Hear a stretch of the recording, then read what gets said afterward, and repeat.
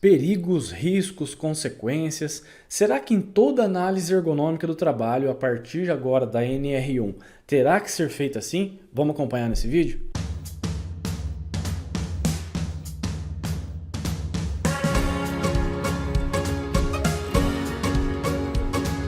Olá, prevencionista! Seja bem-vindo a mais um vídeo. Eu sou Thiago Pegatin, professor ergonomista, e hoje nós vamos falar sobre a inter-relação, mais uma vez, da NR17 com a NR1, a gestão de riscos, né, o programa de gerenciamento de riscos. Será que a partir de agora nós vamos ter que mudar totalmente as nossas análises em ergonomia? Será que eu vou ter que me adaptar fielmente, 100%, a tudo isso que está escrito, determinado na NR1? Antes da gente começar, já quero te fazer um convite, né, aquele convite de sempre, para que você possa dar aquela força para o canal, deixando aqui a sua inscrição. Então, clica aqui no botão para se inscrever, acompanhe as nossas redes sociais para receber sempre as informações em primeira mão, tá legal? Lembrando que semanalmente nós publicamos aqui conteúdos para facilitar a sua prática do dia a dia, aquilo que você pode já no dia seguinte colocar na sua atividade profissional, tá legal? Então não deixa de se inscrever no canal. Já direto ao assunto então, hoje nós vamos falar sobre perigos, riscos, danos, consequências na aplicação em ergonomia. Para quem já me acompanha no canal aqui há tempos, né, sabe que na nossa metodologia, mesmo antes dessa publicação da publicação da NR1, das diretrizes que vêm sendo trabalhadas para a NR17, nós já trabalhamos com a metodologia vinculada, adaptada, em consonância com a gestão de riscos, tanto com a ISO 31000, com a ISO 45000, então nós já fazemos isso há um determinado tempo. Mas agora, o que vai acontecer, né, nessas próximas atualizações das normas regulamentadoras é que mais ou menos, né, em maior grau ou menor grau, nós teremos que fazer um alinhamento das nossas análises em ergonomia e de toda a área de saúde e segurança do trabalho para essa questão do programa de gerenciamento de riscos. Então nós vamos falar um pouquinho disso hoje, tá? Antes da gente falar dessa relação, vamos entender a diferença dessa questão de perigo, riscos e danos, né? Que agora tem ganhado cada vez mais força. É muito importante que a gente esteja familiarizado com esses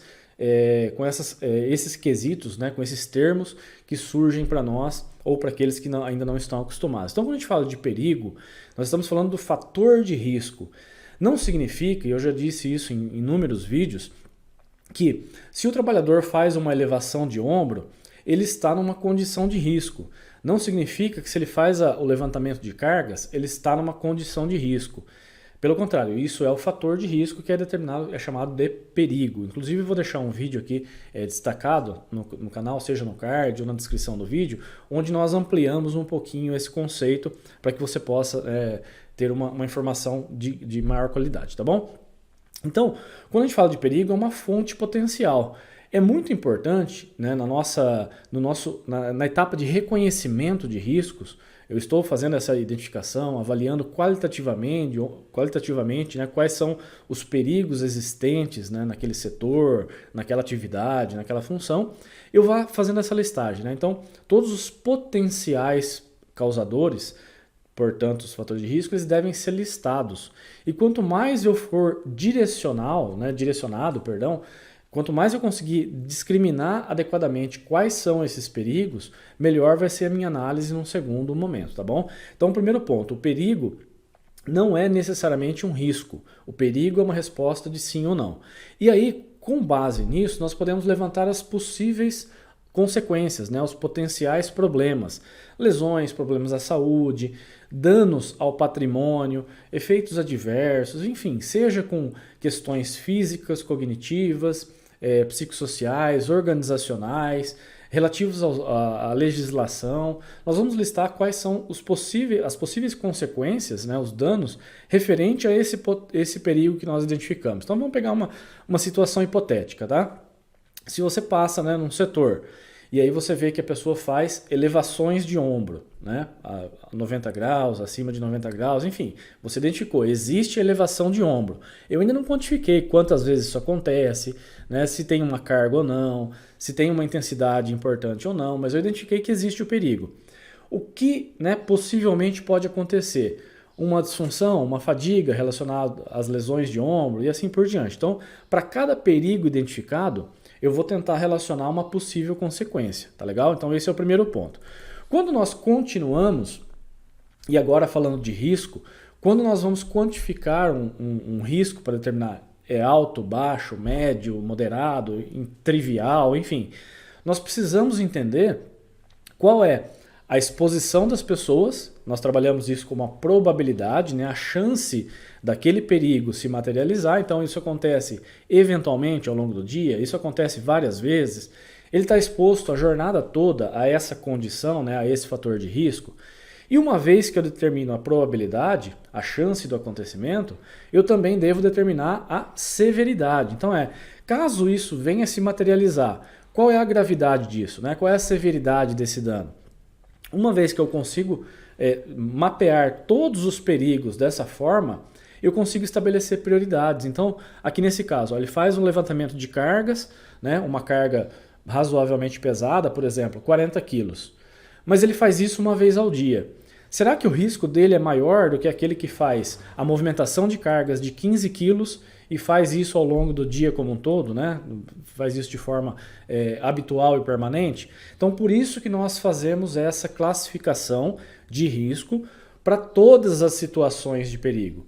E aí, uma vez que eu tenho a necessidade de aplicar um método específico, né? Um método quantitativo específico, eu também parto para essa condição, tá? Então aqui eu coloquei para vocês, ó, que a combinação da probabilidade, né, de ocorrer, a combinação da probabilidade de ocorrer lesão ou agravo à saúde, causadas por um evento perigoso, exposição a agente nocivo e a severidade dessa lesão. Então quando eu faço a multiplicação desses fatores, e aí existem várias metodologias para se fazer isso, não só com dados objetivos, com dados quantitativos, mas isso pode ser feito também de maneira qualitativa, né? Por exemplo, baixo, médio e alto, mas uma vez que eu faço essa classificação, eu tenho condições de atribuir uma classificação de risco, tá bom? E isso é muito importante, vamos dizer assim, é obrigatório que você faça isso na sua análise ergonômica? Não necessariamente e não com esses termos que eu estou mostrando para vocês, mas é importante que quando você vá transportar isso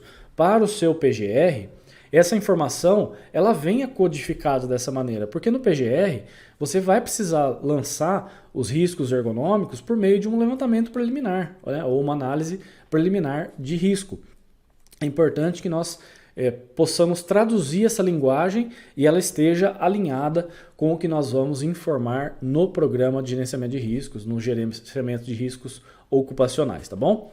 E o que nós fazemos, né? Aqui eu vou dar uma dica do que nós fazemos, para que você possa se decidir, né, se você acha interessante fazer isso dessa maneira ou se você acha interessante fazer de uma outra maneira.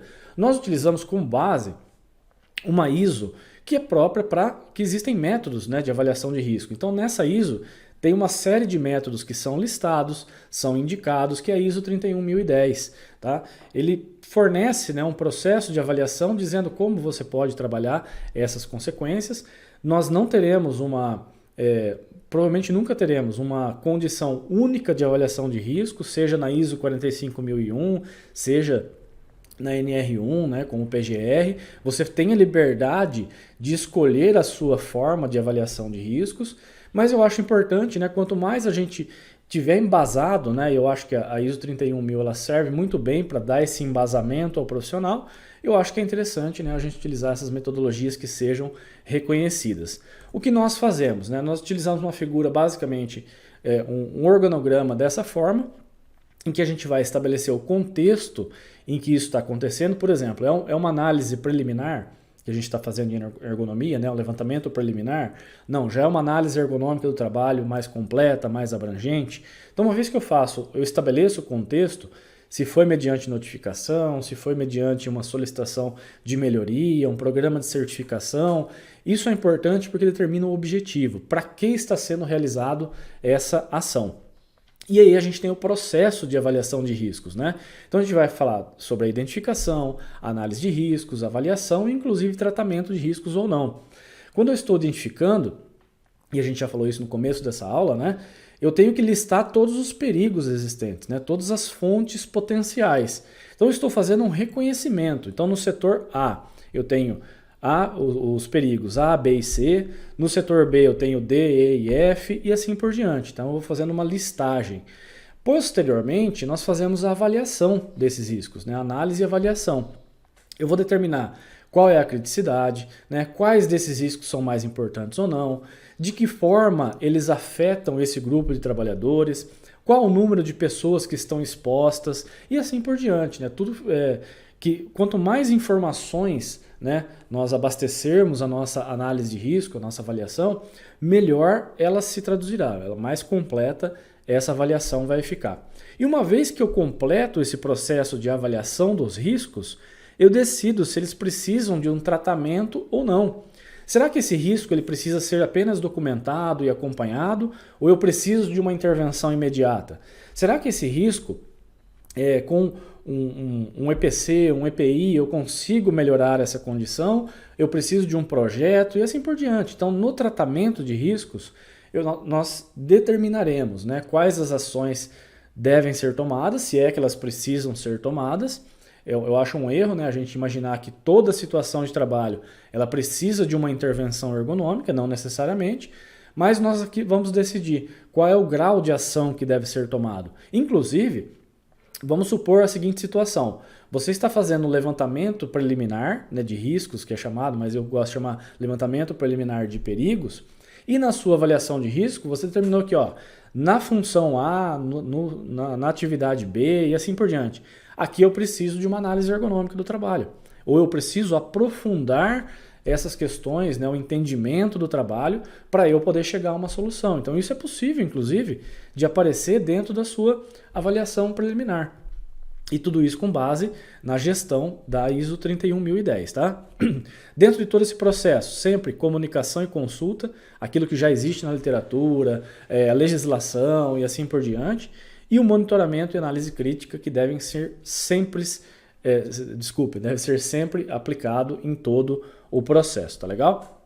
Então aqui, algumas questões fundamentais eu vou passar rapidamente para não deixar esse vídeo muito longo. O que pode acontecer e por quê, né, pela falta de identificação de riscos, quais são as consequências, qual a probabilidade dela ocorrer no futuro, né, então dela piorar, por exemplo, tem gente que usa muito a matriz Guth, né, e que é gravidade, urgência e tendência.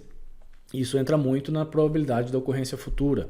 Existem fatores que mitigam, né, a consequência ou o risco. Quer dizer, por exemplo, existe algum tipo de EPI, EPC, existem pausas, né, recomendações administrativas que podem mitigar os fatores de risco.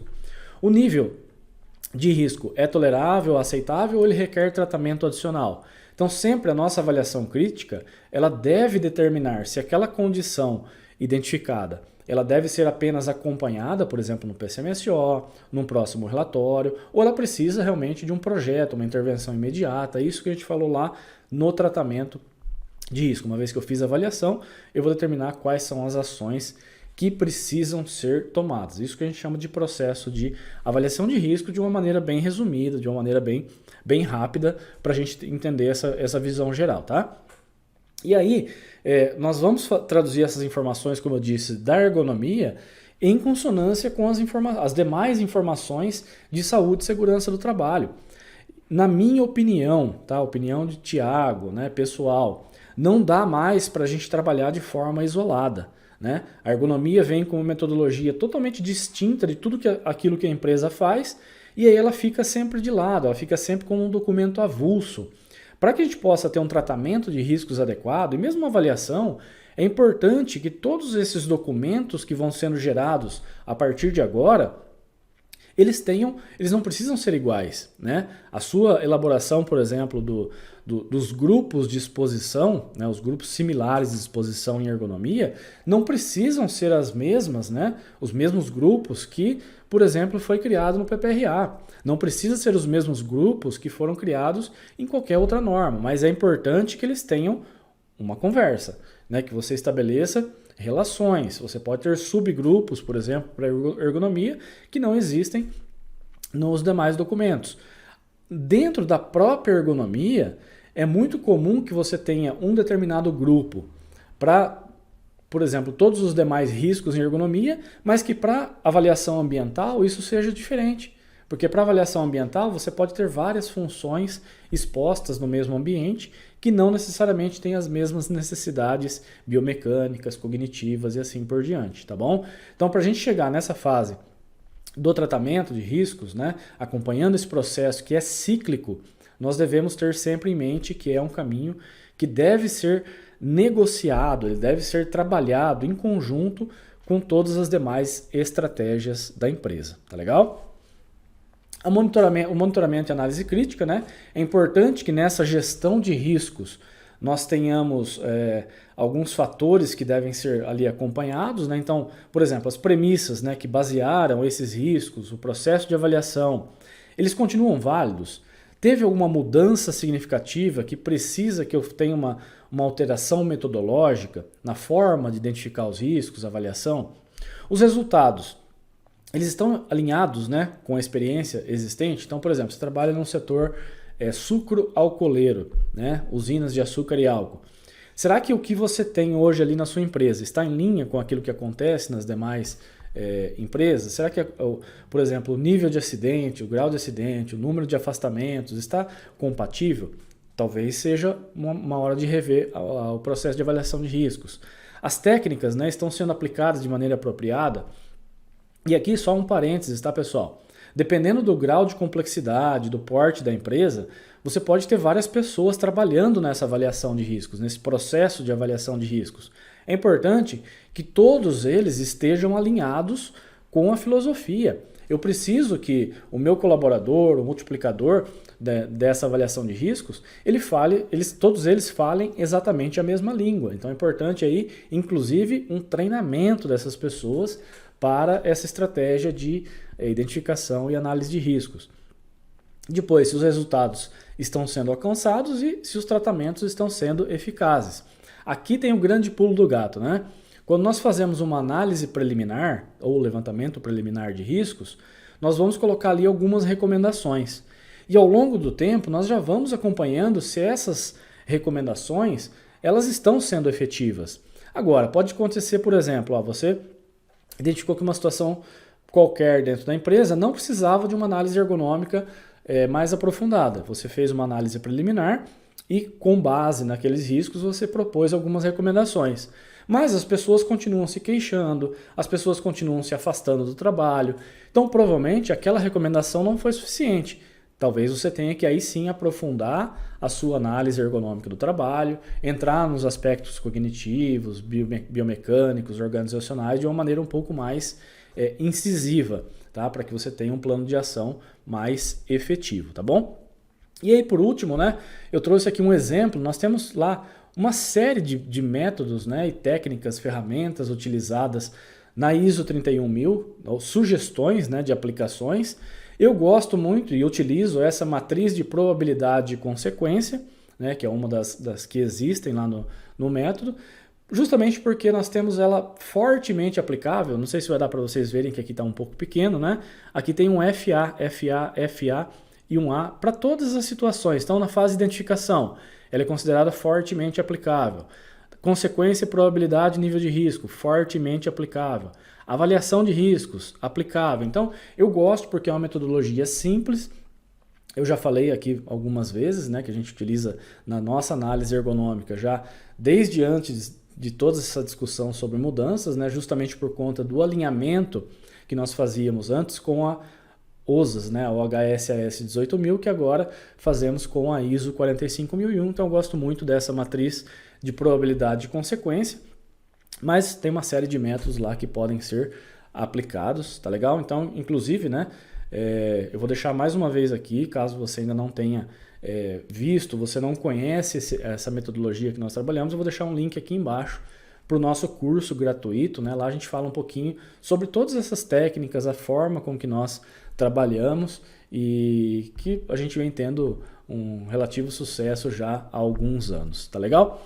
Pessoal, nós vamos ficando por aqui. Eu queria pedir mais uma vez que se esse vídeo foi interessante, se você gostou dessa explicação, né, do conteúdo que a gente trouxe, deixa um gostei aqui, seja no YouTube, seja nas nossas redes sociais, para fortalecer o canal, para mostrar que esse vídeo pode ser interessante para outras pessoas que, assim como você, vieram buscar essa informação, tá bom? E por último, não deixa de comentar aqui quais são as suas dúvidas, que tipo de conteúdo você acha interessante que nós possamos trazer aqui para o canal. Tá legal, pessoal?